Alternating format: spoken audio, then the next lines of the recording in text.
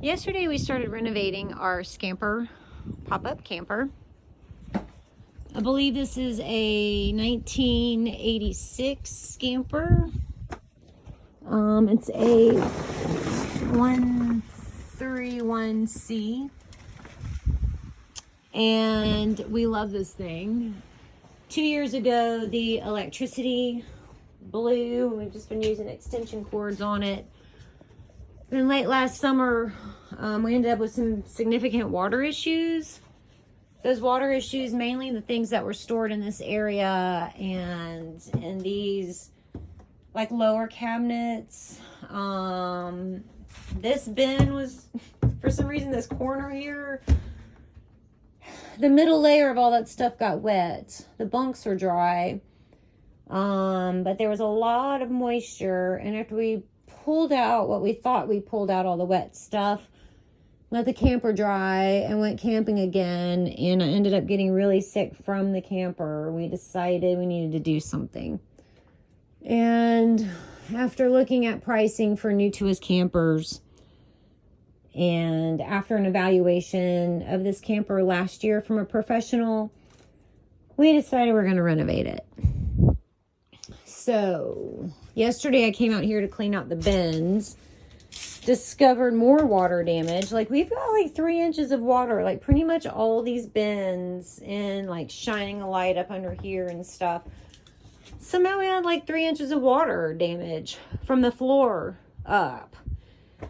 So the guy who renovates campers, who I've been consulting with, suggests that maybe that water came in from the sides.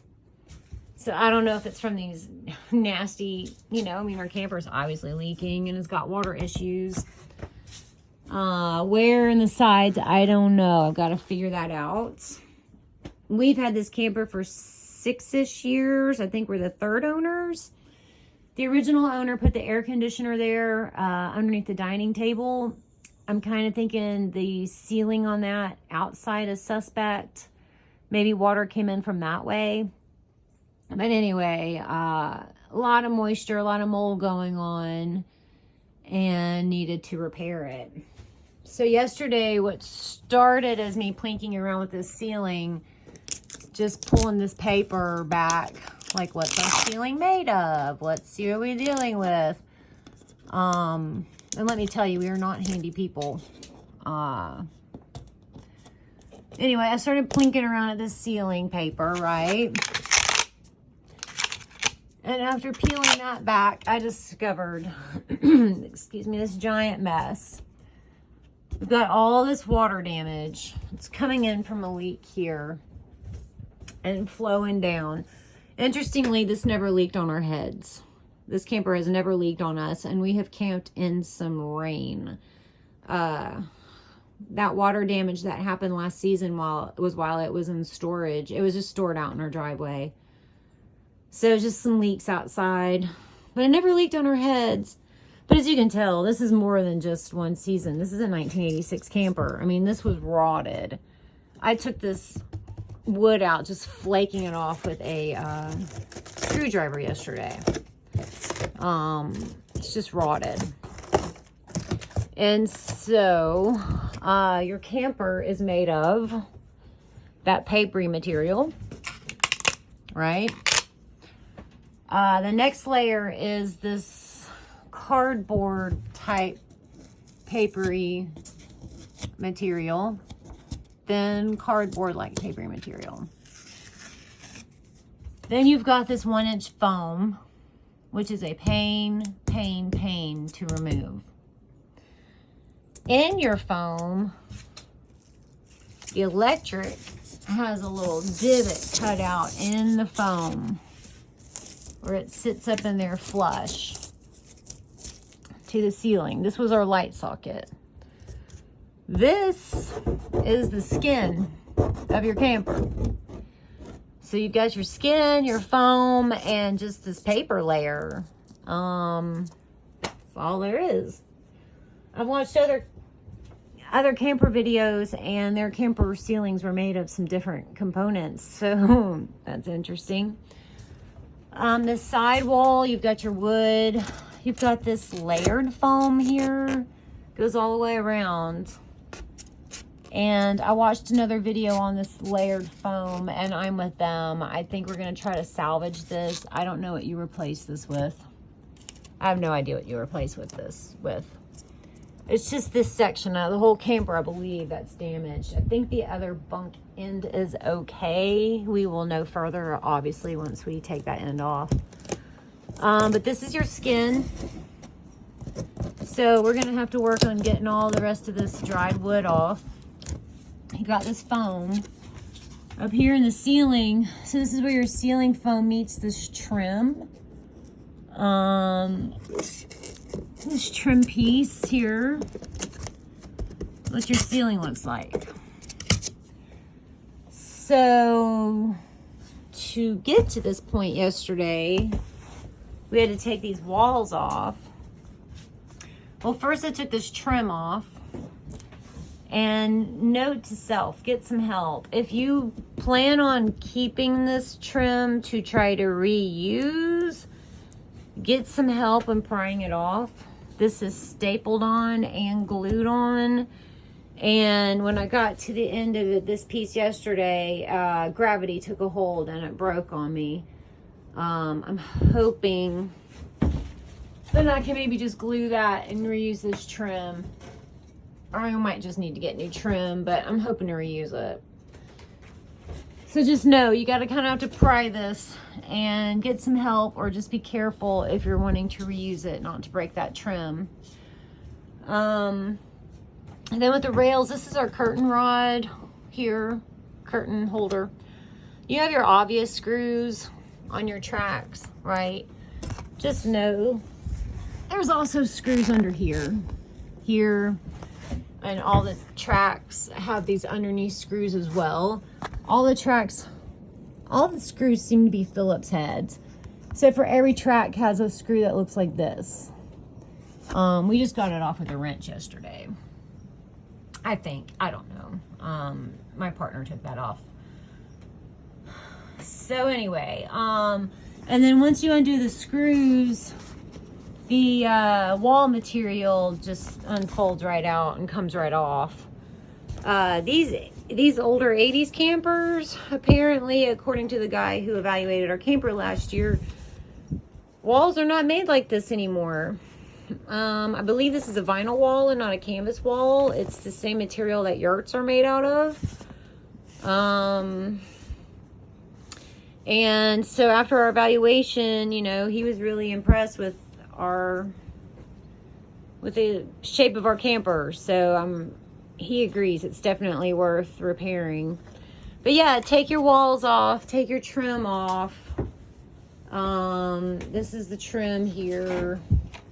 But we've decided this is really a lot of work, and we are going to remove this roof and flip it over into the carport. So we're going to have to disconnect this wiring, take the door off, right? We're going to have to take this door off. When you do, make sure we've got to measure where all these pieces go. And when you go to renovate, document. I took so many pictures yesterday. All the hardware are in baggies, labeled differently. I know we're going to need to replace the hardware, but still I want to know what's what, sizes, quantities, whatnot. These are the lifts. From what I can tell, to remove the roof, we just need to unbolt the lifts. I don't see where it's connected any other way. And so once I get some manpower to help me, we're going to unscrew this, lift this roof off, flip it over into the carport, and work on chiseling this foam off. We'll have to sand this down and get that skin nice and clean so we can rebuild it. And we're going to need to measure these pieces before we demolish more, so we know what we're needing to replace here. But yeah, and we're going to rebuild this. And also have these gaskets. guessing I'm going to have to buy some new gaskets. You know, when you're working with these older campers, finding parts is really hard, but we're talking gaskets. So hopefully I can just find something similar. Because you can tell they're smashed in the corners and could be how some of the moisture's coming in. So we're gonna need to replace those gaskets, and you'll have to pardon me. I'm obviously don't know my terminology, and I don't know what I'm talking about, and I know this. We're just learning as we go. Some other things about this camper, these 80 models campers, we store our kayaks on the top of this when we go places, and after an exhausting trip taking the kayak off, we ripped off the roof cover to the vent. And I don't remember the exact measurements, but this is like 7 inches, 7 3/4 inches. It's 10 inches on the outside on the roof. They don't make these anymore. And after a couple of years of searching, I've yet to find one to replace it with. And so, since we're going to have the roof and ceiling all undone, we're going to cut that open and make a bigger space and just get a different roof vent to replace this with. So we can have some ventilation and sunlight and seal this, because obviously there's some leaking going on. We just have a temporary fix as far as the seal goes out there. And this part does not exist anymore. And our guy who renovates campers has never seen this size ever, which is not hopeful. So we're going to have to cut open that roof into the skin and whatnot and create a bigger space to replace that. Also, this is the original converter box for this camper, and it was in such bad shape. Our RV guy who assessed us was surprised it did not catch on fire, and that we camped as long as we did with electricity. So know that, just safety factor in your life. Make sure your stuff is safe. We were just like, well, we have some electricity, so we'll just keep powering in it. But no, we run our air conditioner and our refrigerator, and so we need that higher voltage. But we're going to replace this box with something that can have higher voltage and convert to 12 volt as well. And this camper did not come with a battery, but we're going to get a marine battery, so we can do some 12 volt marine battery boondocking. Hopefully, it's our plan. We want to be able to boondock. And that gas heater, the line is broken to the heater. We've never used it. Our RV guys suggested diesel heater. They are efficient and safe, and these sink units already have the holes that we can easily vent it outside to the back. That is not a priority at this time. It's just a hope and a dream and a goal is to replace that heater. The priority obviously is the ceiling and the roof, and the electric and this floor. I knew we needed to do some replacement of the floor because as we camp more and more, the floor has been buckling. And just today is when I really been picking at the floor. I guess whoever did this floor just put laminate flooring over the original flooring. So we're going to have to assess the floor, and knowing the water damage we've had, I don't know what we're looking at that yet, but that's for another day. For this day and this week and this project, it's the ceiling and roof. So yeah, I'll do some more videos as this project goes along. So people who have these 80 model Skampers, or maybe just 80s models campers in general, have some guidance of what they're doing and what they're looking at and how to go about this wonderful project.